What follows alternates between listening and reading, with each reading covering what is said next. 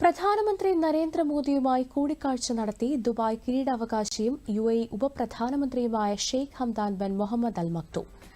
India UAE ഉഭയകക്ഷി ബന്ധത്തിൽ Dubai സുപ്രധാനമായ പങ്ക് വഹിച്ചിട്ടുണ്ടെന്ന് പ്രധാനമന്ത്രി പറഞ്ഞു. ദുബായ് കിരീടാവകാശിയുടെ ഇന്ത്യ സന്ദർശനം ഇരു രാജ്യങ്ങളും തമ്മിൽ ആഴത്തിലുള്ള സൌഹൃദം ഊട്ടിയുറപ്പിക്കാനും ഭാവിയിൽ കൂടുതൽ ശക്തമായ സഹകരണത്തിന് വഴിയൊരുക്കുമെന്നും പ്രധാനമന്ത്രി എക്സിൽ കുറിച്ചു.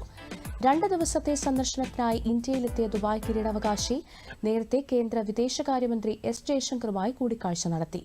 ഇന്ത്യയും UAEയും തമ്മിലുള്ള വിശാലമായ സഹകരണത്തെയും ഊർജ്ജസ്വലമായ ബന്ധങ്ങളെയും കുറിച്ചുള്ള കിരീടാവകാശിയുടെ കാഴ്ചപ്പാടിനെ സ്വാഗതം ചെയ്യുന്നുവെന്ന് S. ജയശങ്കർ എക്സിൽ കുറിച്ചു.